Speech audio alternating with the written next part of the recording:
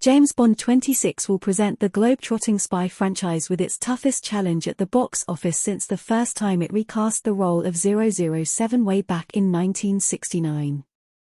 No Time to Die was a huge hit at the box office, especially for a movie released right at the tail end of the COVID-19 pandemic, but the next movie won't be able to coast on that success. No Time to Die marked the end of an era, with a definitive conclusion to Daniel Craig's arc, so Bond 26 will have to start over from scratch. After Craig bowed out with No Time to Die, it's time for the Bond producers to find a new actor to play 007.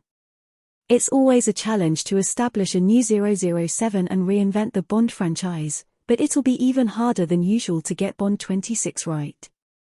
The fragile state of the film industry and the true finality of No Time to Die necessitating a full-tilt reboot will create all kinds of risks for Bond 26.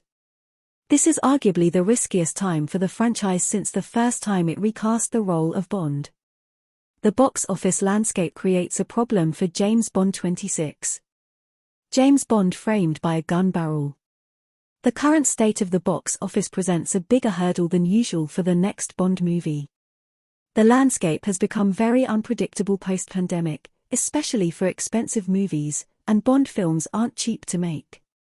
The Bond franchise is one of the only guaranteed moneymakers in Hollywood, but recent box office bombs in the Star Wars saga and the Marvel Cinematic Universe have proven that there is no such thing as a surefire success in Hollywood. If a movie about Han Solo can bomb at the box office, then the same could happen to a movie about James Bond.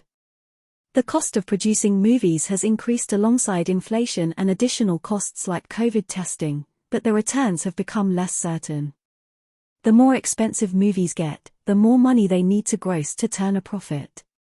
The Flash, Mission Impossible, Dead Reckoning Part 1, and Indiana Jones and the Dial of Destiny all lost money for their respective studios in 2023, and Bond 26 is going for a similar audience. With all these factors working against it, Bond 26 is perhaps the biggest risk to the franchise's box office receipts since it first recast Sean Connery in 1969. Bond 26 has more box office hurdles to overcome. James Bond in his Aston Martin in No Time to Die. The rise of streaming has drastically changed the face of the film industry.